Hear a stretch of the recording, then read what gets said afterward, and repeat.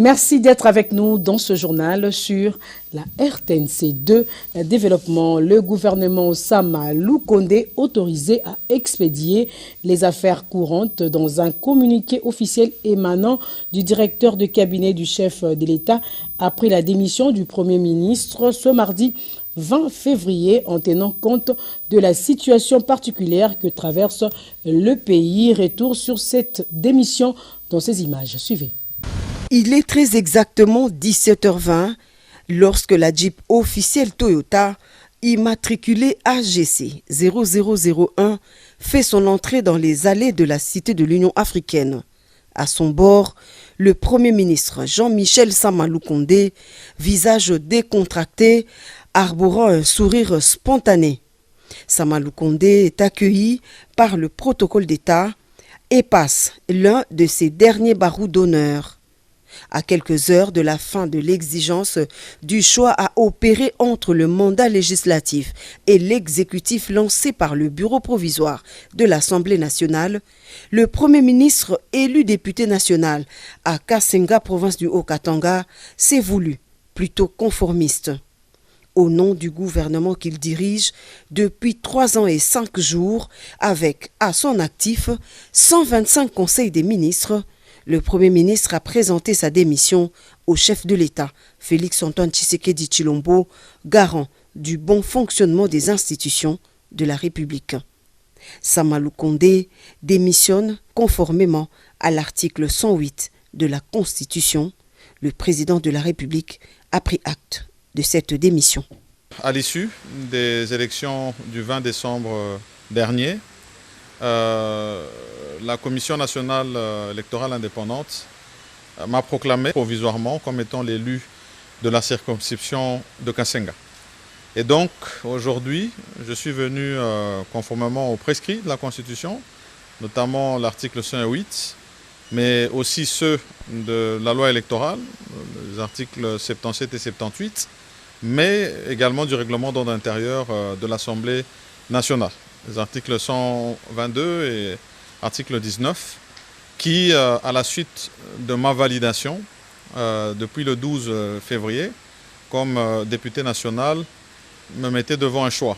Et ce choix a été porté sur celui du mandat de député national pour représenter la circonscription de Kasenga, et avec comme voie de fait la demande de venir me présenter devant le président de la République pour non seulement l'informer de mon choix et par voie de conséquence de ma démission comme chef du gouvernement, Premier ministre, et par la suite du gouvernement que j'ai eu l'honneur de diriger. C'était une rencontre conviviale où le président de la République a pris acte de cette décision qui a été prise. Et c'était pour nous une occasion de le remercier. Remercier d'abord sur le choix qu'il avait porté sur nous, mais également, au-delà de ce choix, sur la collaboration qui a été faite de manière très loyale, en tout cas de moi vis-à-vis de lui, et qui aura permis à ce que, sur les missions qui auront été données au gouvernement que je dirigeais, notamment sur les questions sécuritaires, les questions d'éducation, les questions de la santé, les réformes économiques et financières et finalement le social. Nous avons pu l'accompagner dans sa vision, en tout cas sur l'amorce surtout des grands chantiers qui lui sont chers.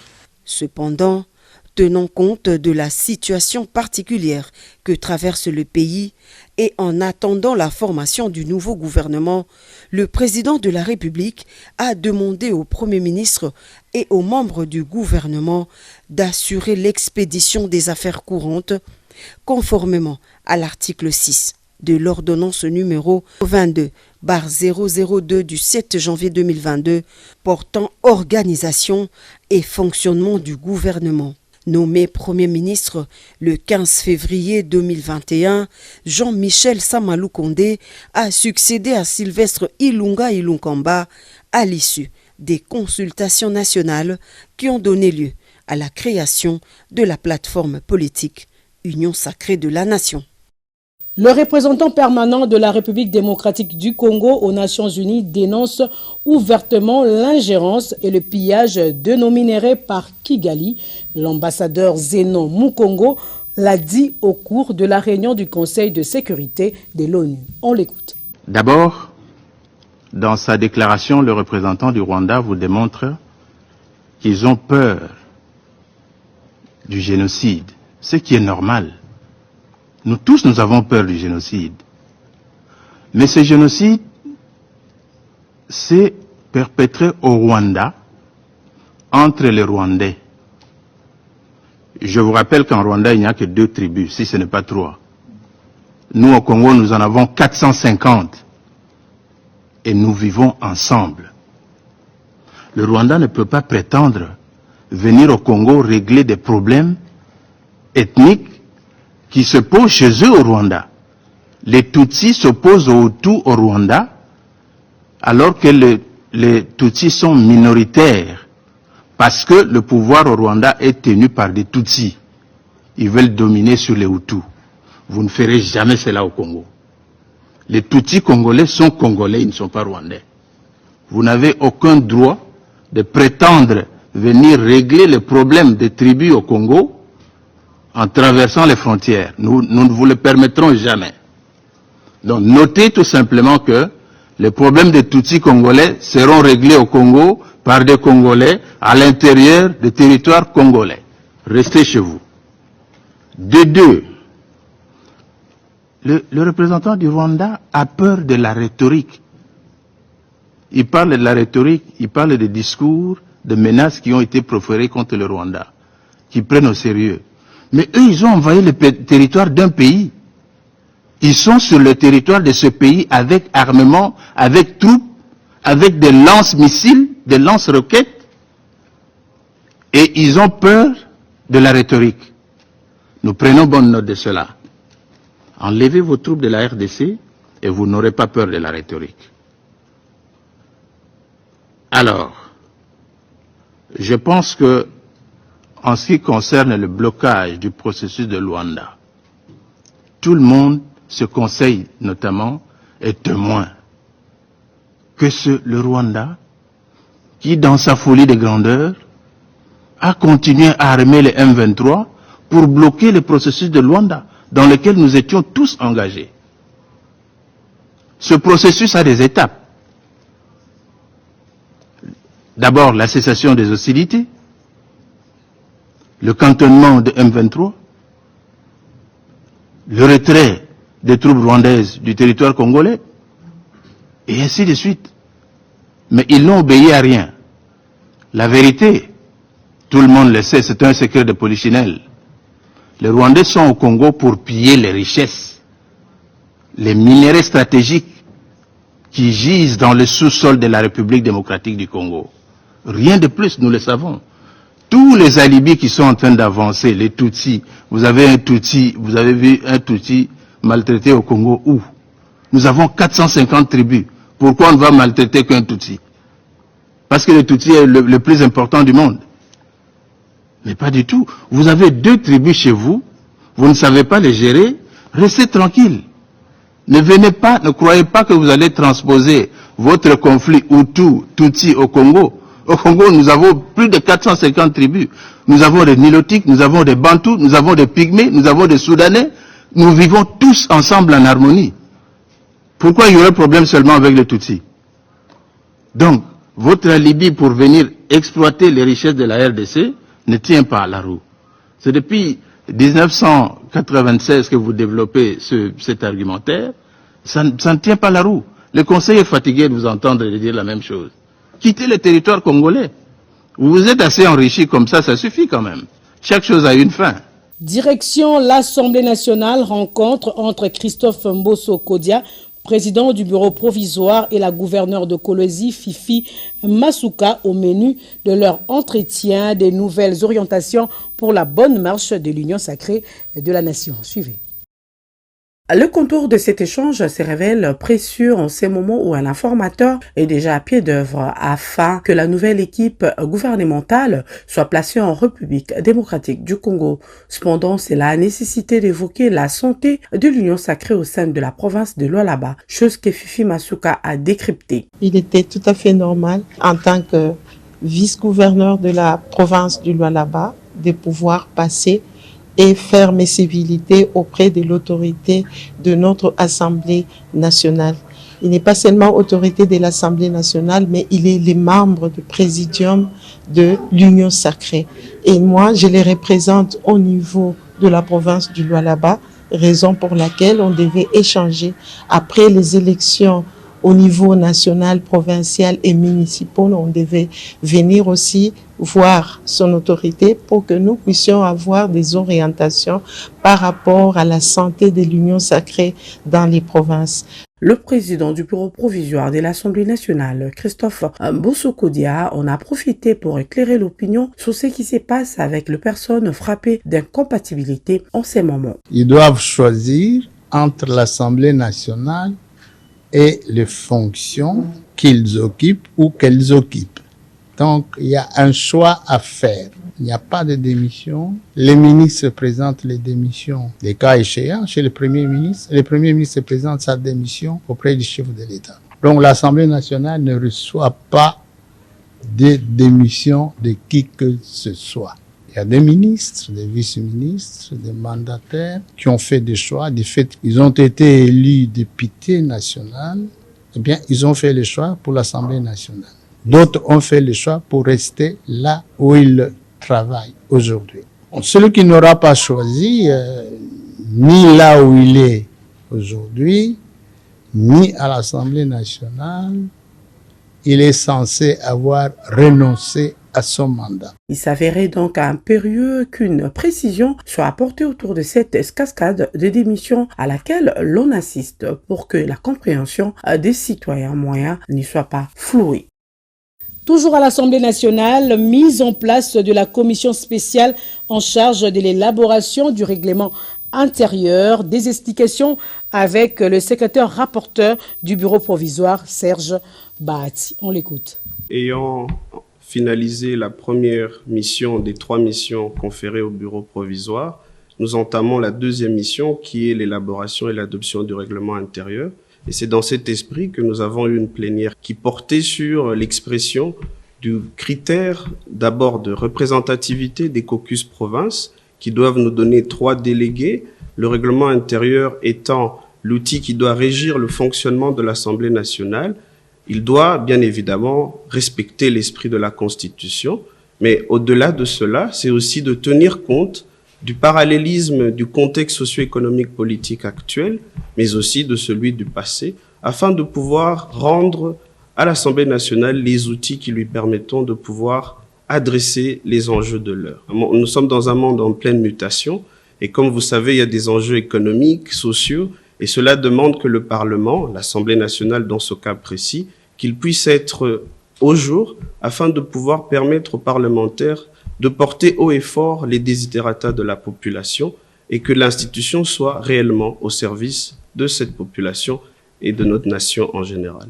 La prochaine étape, comme vous le savez, c'est que maintenant que nous réceptionnons les 3 recommandés par caucus province, nous allons entériner la constitution de la commission spéciale chargée de l'élaboration et l'adoption du règlement intérieur et va suivre la présentation du bureau qui va présider cette dite commission. Et la commission aura un délai pour pouvoir travailler de manière technique, aussi scientifique et juridique, et nous produire le règlement intérieur qui pourra conduire la législature actuelle.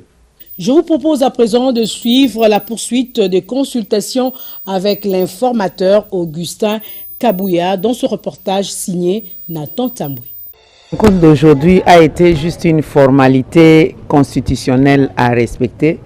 Vous savez que le mouvement de libération du Congo, y compris ses alliés, nous étions vraiment dans les bains de la campagne électorale, non seulement pour battre campagne pour le mandat du chef de l'État, mais aussi nous avons ratissé large dès le départ en déploiement des candidats et ensuite battant campagne partout. Vous avez vu personnellement le président national du MLC présentait les députés de l'Union sacrée, pas seulement du MLC, de l'Union sacrée, justement avec l'idée d'élargir la majorité confortable à l'Assemblée nationale. Il en sera ainsi, parce qu'on a battu aussi campagne pour les députés provinciaux, il en sera ainsi aussi au Sénat.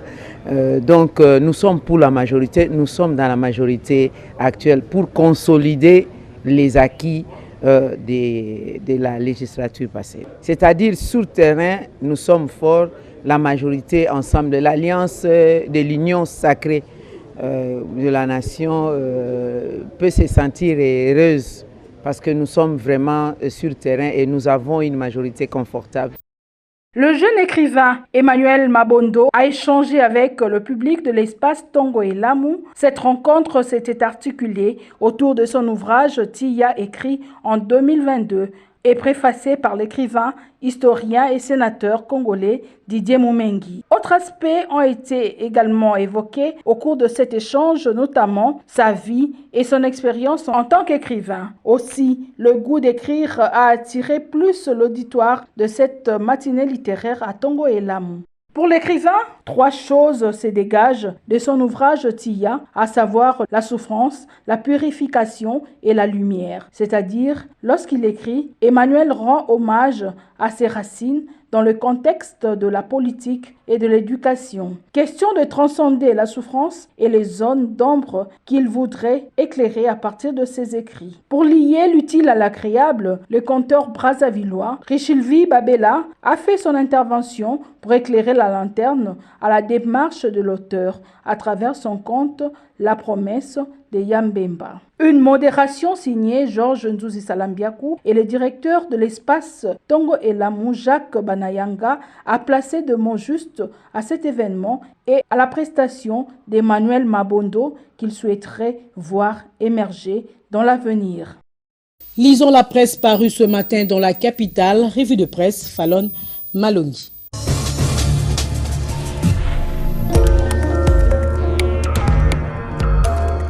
Jean-Michel Sama Lukonde Kyenge, démission de ses fonctions du Premier ministre, chef du gouvernement de la République démocratique du Congo. Mesdames et messieurs, bienvenue au résumé de ces jours. Le gouvernement Sama a autorisé à rester expédier les affaires courantes, titre l'agence congolaise de presse. En tenant compte de la situation particulière qui traverse le pays et en entendant la formation du nouveau gouvernement, le chef de l'État a demandé au Premier ministre et aux membres du gouvernement, chacun en regard de ses fonctions, d'assurer l'expédition des affaires courantes conformément à la loi. Le président du Sénat, Modeste Bahati-Lukwebo, démissionne mardi de ses fonctions pour siéger à l'Assemblée nationale conformément au délai de 8 jours accordé aux élus des législatives nationales du 20 décembre dernier.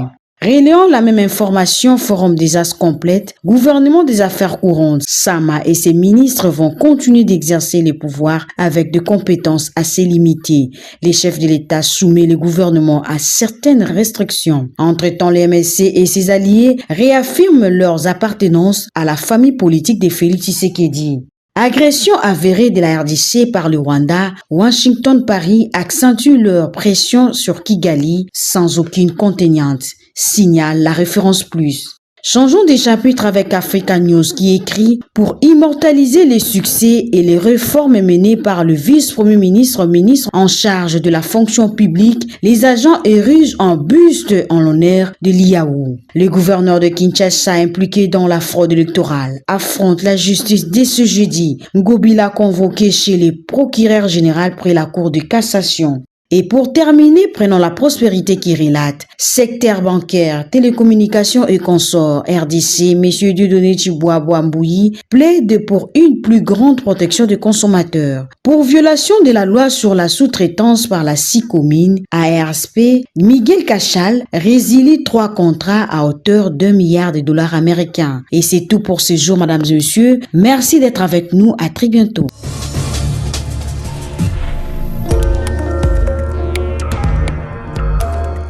Voilà, ce journal se referme. Merci de l'avoir suivi et le programme continue sur la télévision du développement. Au revoir.